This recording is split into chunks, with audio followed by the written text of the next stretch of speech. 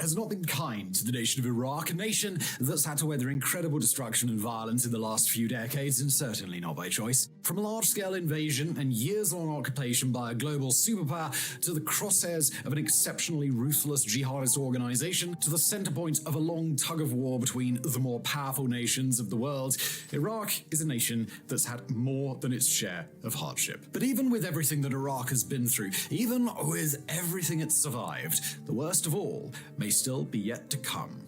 The worst ticking time bomb in all of Iraq has little to do with ideology, little to do with geopolitics, and little to do with history, at least all indirectly. That time bomb is the Mosul Dam, a monolith in Iraq's northern deserts with the potential to bring death and destruction to the millions living downriver. From crisis to crisis, from war to war, the collapse of the Mosul Dam has been the threat held over Iraq's head for generations. And by all accounts, it's a miracle that the thing has survived this long. And so on today's episode of Mega Projects, we're going to be discovering the massive threat that is the Mosul Dam, how it was built in the first place, and why it's brought Iraq so close to the brink, and how it was finally fixed, if, that is, you trust it was fixed at all.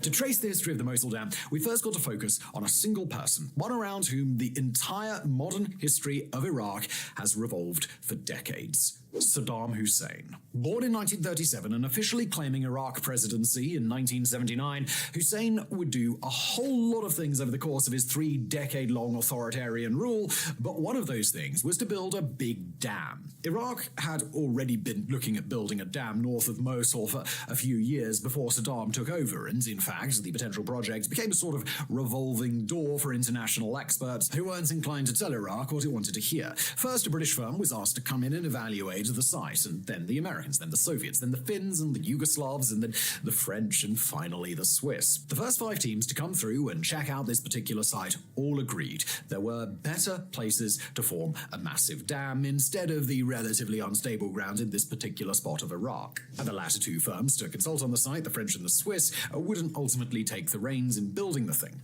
But the 8th time was the charm for the Iraqi government, and in 1981 the process was underway. Most of the builders at the site would be Chinese nationals, while the Iraqi administrators and ministers in charge of the project were reportedly afraid that they'd be hanged if the project was not a success. 19 Chinese laborers would die in the process, including many who fell into wet cement and could have been fished out, except delaying the project long enough to save them would have risked the cement hardening too soon. As for why there needed to be a dam here at all, we've got to give 1970s Iraq a bit of credit. Far from a simple vanity project, having a dam north of Mosul was a pretty good idea. It was built on the Tigris River, which had a tender downstream, including the capital city of Iraq. Not only that, but building a dam would afford Iraq better control of its water resources, allowing for more complex irrigation networks, a more stable water supply for crops, and thus a more successful agriculture industry writ large. The construction process wasn't seamless by any means. The area that was supposed to be flooded to create the dam's reservoir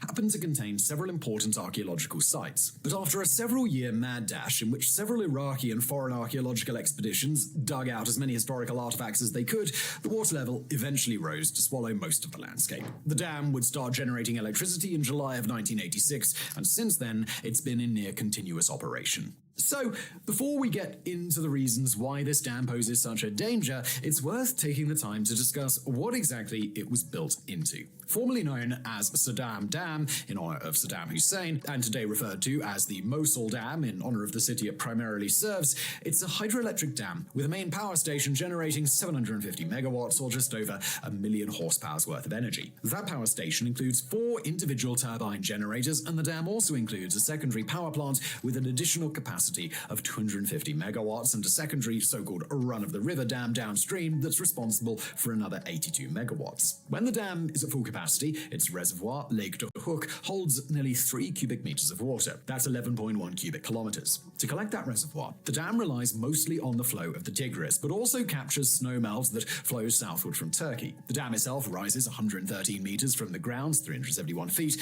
with a total length of 3.4 kilometers, 2.1 miles. At its cresting points, it's 10 meters or 33 feet thick. It features 2 spillways, including a large concrete-made chute that siphons off any water that gets above the dam's safe water level, and something called a fuse plug plug which will allow floodwaters to spill over the top safely if they rise too high. It's overseen by the Ministry of Water Resources, which also manages the unfinished Badouche Dam, which, when complete, should be able to catch a gigantic wave caused by a flood from the Mosul Dam upstream. All in all, the Mosul Dam ranks as the fourth largest in the Middle East and generates well over 3,000 gigawatt hours annually, enough to power the city of Mosul downstream, with a population of 1.7 million.